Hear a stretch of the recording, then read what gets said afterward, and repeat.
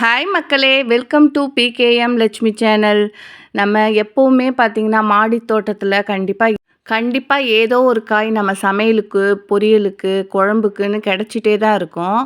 நம்ம வச்சதுக்கு உழைப்பு, நம்ம பட்ட உழைப்புக்கு கண்டிப்பாக நமக்கு இயற்கை நமக்கு அன்னன்னைக்கு இயற்கை நமக்கு ஒரு கூலியாக நமக்கு ஏதோ ஒன்று கொடுத்துட்டு தான் இருக்கும். நம்ம உழைப்புக்கு தகுந்த ஊதியம் நம்ம இயற்கையே நமக்கு கொடுக்கும்.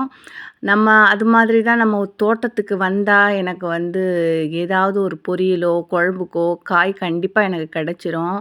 நிறைய ஃப்ரெண்ட்ஸ் சொல்கிறாங்க, உங்களுக்கு தினமும் காய் வருதா, தினமுமே உங்களுக்கு கீரை பறிக்கிறீங்களா அப்படின்னு. நிஜமாகவே சொல்கிறேன். இன்னும் இப்போ ஒரு 2 நாளைக்கு முன்னாடி தான் கீரை பறிச்சிருக்கேன். ஆனாலும் பார்த்திங்கன்னா எனக்கு இப்போ கீரை ஹார்வெஸ்ட்டுக்கு தயாராகவே இருக்குது. நான் அந்த மாதிரி தான் கீரை நான் விதைன்னு நான் போட்டதே கிடையாது. நான் அந்த விதையெல்லாம் எல்லா இடமும் என்ன பண்ணுவேன்னா ஸ்ப்ரெட் பண்ணி விட்ருவேன். முன்னாடி மண்ணோட கலந்து வச்சதுனால எனக்கு எல்லா இடத்துலையும் கீரை இருக்கும். நான் பெருசாக கஷ்டப்பட்டு விதையெல்லாம் போட்டு இதெல்லாம் பண்ணுறது கிடையாது. என் கைக்கு எது வச்சாலுமே வந்துடும். அது என் ராசின்னு நினைக்கிறேன். இந்த செடி போட்டு வரல அப்படிங்கிற மாதிரி எனக்கு இல்லை. அட்லீஸ்ட்டு ஒரு 4-5 காயாவது கொடுத்துட்டு தான் அது செத்து போகும். நான் மெனக்கெட்டுன்னு பார்த்தீங்கன்னாக்கா எந்த காய்க்கும் எந்த செடிக்குமே உரம் போடுறதோ அதை கேர் பண்ணுறதோ கிடையாது.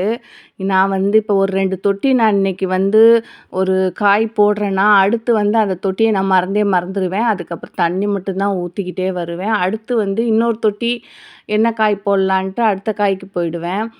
அப்போ நான் ஒரு மாதத்துக்கு ஒரு வாட்டி முன்னாடியாவது உரம் கொடுத்துக்கிட்டு இருந்தேன். இப்போ பார்த்திங்கன்னா எந்த உரமுமே கொடுக்கல. ஒரு 3 மந்த்துக்கு மேலேயே ஆகிப்போச்சு. இன்றைக்கி தான் மனசு கடலை புண்ணாக்கு ஊற வச்சு சரி கொடுக்கலாம் பாவம் அப்படின்னு ஊற வச்சுருக்கேன். ஈவினிங்காக தான் எல்லாத்துக்கும் தண்ணியோடு கலந்து கொடுக்கணுங்க. அப்புறம் எனக்கு மனசு கொஞ்சம் டிப்ரெஷனாகவே இருந்தது கொஞ்ச நாளாகவே. இந்த செடியெல்லாம் பார்த்ததுக்கப்புறம் ரொம்பவே ஹாப்பியாகிடுச்சு. எதனாலன்னா நம்ம பழகிற மனுஷங்க நல்லவங்க கெட்டவங்கன்னு 2 வகை இருப்பாங்க. அதில் யார் நல்லவங்க யார் கெட்டவங்கன்னுலாம் நமக்கு தெரியாது. பழகி அனுபவப்பட்டு அடிபட்டதுக்கப்புறம் தான் இவங்கக்கிட்ட இருந்து நம்ம ஒதுங்கி இருக்கணும் அப்படிங்கிற மாதிரி நமக்கு தோணும். பழகும்போதே பார்த்திங்கன்னா நம்ம மொத்த அன்பையும் அவங்கக்கிட்ட அப்படியே செலுத்திடுவோம். அவங்க நல்லவங்க கெட்டவங்கன்னு அது மேலே யோசிக்க கூட மாட்டோம். அவங்க பேசுகிற அந்த அன்புலேயே ரொம்ப மயங்கி அவங்களுக்காக எதையும் செய்யறதுக்கு தயங்க மாட்டோம். அந்த மாதிரி ரொம்ப அன்பு வச்சதுக்கப்புறம் தான் அவங்க தேவைக்கு நம்மளை யூஸ் பண்ணிக்கிட்டு ஒதுங்குறதோ இல்லைன்னா நம்மளை புரணி பேசுகிறதோ நம்மளை ஒரு ஏதோ ஒரு கடவுள் நமக்கு அவங்கள பற்றி நமக்கு காமிச்சு கொடுத்துருவாங்க. காமிச்சு கொடுத்ததுக்கப்புறம் அவங்கள விட்டு நம்ம விலகவும் முடியாது. ரொம்ப கஷ்டமாக இருக்கும். ஏன்னா அவங்களுக்கு அவங்க விலகிடுவாங்கன்னா அவங்க பொய்யானவங்க போலியானவங்கங்கும்போது அவங்களுக்கு விலகிறது ரொம்ப ஈஸியாக இருக்கும். நம்ம அப்படி கிடையாது. உண்மையான அன்பு வைக்கிறதுனால நமக்கு அது ரொம்பவே கஷ்டமாக இருக்கும். நம்ம கடந்து வந்த பாதையெல்லாம் பார்த்தா ரொம்பவே என்ன கரடு முரடான பாதையை தான் நம்ம கடந்து வந்திருக்கேன். இன்றைக்கி எனக்கு எந்த கஷ்டமுமே இல்லாமல் என்னை ராணி மாதிரி என் புருஷன் என்னை வச்சுருந்தா கூட அது ஏதோ ஒரு முள் ஏற்கனவே குத்தின வடு இருக்குன்னு சொல்லுவாங்க இல்லையா, அந்த மாதிரி சில பேர் பண்ண அந்த கஷ்டங்கள் எல்லாமே அப்பப்போ சில ஞாபகங்கள் வரதான் செய்யும். அந்த வரும்போது எனக்கு நான் தனிமையாக இருக்கும்போது நமக்கு நிறைய டிப்ரெஷன் ஆகிடும். இது இது இப்படி பண்ணாங்க இப்படி நம்ம சிந்திக்கணும்னு நம்ம எதையுமே சிந்திக்க மாட்டோம். ஆனால் ஆட்டோமேட்டிக்காக நமக்கு அந்த மாதிரி ஒரு எண்ணங்கள் மனுஷன் இல்லையா, நம்ம மனுஷங்கிறனால எல்லாத்துக்குமே அந்த ஒரு பழைய சிந்தனைகள் வரும். அந்த பழைய சிந்தனைகள் வராமல் இருக்கிறதுக்காக தான் மெயினாக நான் இந்த மாடி தோட்டத்தை நான் ஆரம்பித்தேன். ஆரம்பித்து கொஞ்ச நாள்லேயே பார்த்தீங்கன்னு வச்சுக்கோங்களேன், எனக்கு ரொம்ப ரொம்ப ஹாப்பி. எனக்கு அந்த பழைய கஷ்டங்கள் தோன்றதே கிடையாது. அதே மாதிரி பழைய துரோகங்கள் நான் எல்லாமே கடந்து நமக்காக ஒரு நந்தவனத்தை கொடுத்த மாதிரி கடவுள் இதை உனக்கு பிடிச்ச ஒரு சந்தோஷமான லைஃப் இதுதான்னா நீ இதை அனுபவிச்சுக்கோங்கிற மாதிரி எனக்காக என் கஷ்டத்துக்கான ஒரு சந்தோஷத்த குடுத்த மாரி தான் நான் அன்னைக்கு ஃபீல் பண்ணுவேன். இப்ப பார்த்தீங்கன்னா, நம்ம கீழ ஒரு செடி வச்சிருந்தோம். அது பார்த்தீங்கன்னா, சூப்பரா நெறைய பூ பிடிச்சிருக்குதுங்க. அம்மா வந்து வீட வித்துட்டாங்க. அந்த வீட்லருந்து ஒரு சின்ன விதைய எடுத்துட்டு வந்து நான் போட்டேன். இது போட்டு பார்த்தீங்கன்னா, 1 வருஷம் கழிச்சு இப்ப தான் நெறைய பூ வந்து ஆ தொடர்ச்சியா நெறைய மொட்டும் பூவுமா வந்துட்டே இருக்கு. அதே ரொம்ப ஹாப்பி. இத்தனைக்கும் பார்த்தீங்கன்னா, மண்ணு கூட இல்ல. ஒரு சின்ன ஒரு தொட்டி மாதிரி தான் ஒரு இதில வச்சிருக்கேன். அதுக்கே பார்த்தீங்கன்னா, உரம் குடுக்காமலே இவ்வளோ பூ இருக்கு. இப்ப இதையும் நம்ம கேர் பண்ணணும்.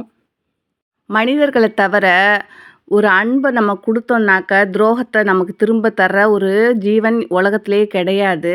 மனிதர்கள் மட்டும் தான் அந்த மாதிரின்னு நான் நெனைக்கிறேன். நீங்க என்ன நினைக்கிறீங்கன்ட்டு கமெண்ட்ல சொல்லுங்க. அப்புறம் பார்த்தீங்கன்னா, நான் வந்து இத்தனையும் சொல்றது வந்து எல்லாருக்குமே பொருந்துமான்னு கேட்டா பொருந்தாது. நம்மள கஷ்டப்படுத்தி, நம்ம கஷ்டத்தில சந்தோஷத்த பார்க்கணுங்கிற மனுஷங்களுக்கு மட்டும் தான் பொருந்தும். இதில ஒரு சில பேர் நல்லவங்களும் இருப்பாங்க. நம்ம ரத்த சம்பந்தத்தில இருக்கிறவங்கள நம்ம வந்து கெட்டு போகணும்னு நினைக்க மாட்டாங்க. இதெல்லாம் வந்து இந்த கஷ்டத்தெல்லாம் குடுக்கறது நம்ம கூட பழகுறவங்க, ஜஸ்ட் டைம் பாஸுக்கு பழகுறவங்களும், நம்ம வாழ்க்கையில நெறைய பேர சந்திக்கிறோம் இல்லையா? கடக்கும்போது வந்து நெறைய பேர புது புது மனுஷங்களா வந்து கடவுள் வந்து அறிமுகப்படுத்தும்போது, அவங்க குடுத்துட்டு போற காயங்கள் தான் இது அத்தனையும். இந்த குரங்குலயே பாருங்க, ஒரு குரங்கு வந்து அழகா மூடி திறந்து தண்ணி குடிச்சிட்டு, டீசென்ட்டா வச்சுட்டு போயிடுச்சு. ஒரு குரங்கு பார்த்தீங்கன்னா, தண்ணிய கீழ கொட்டி அத நக்கி தான் குடிக்குது. அது மாதிரி தான் நம்ம கடந்து நெறைய பேர் பார்க்குற அத்தனை பேருமே பார்த்திங்கன்னா, எல்லாருமே நம்மக்கிட்ட டீசென்ட்டா நடந்துக்குவாங்கன்னு சொல்ல முடியாது. சில பேர் இந்த மாதிரியும் நடந்துக்குவாங்க.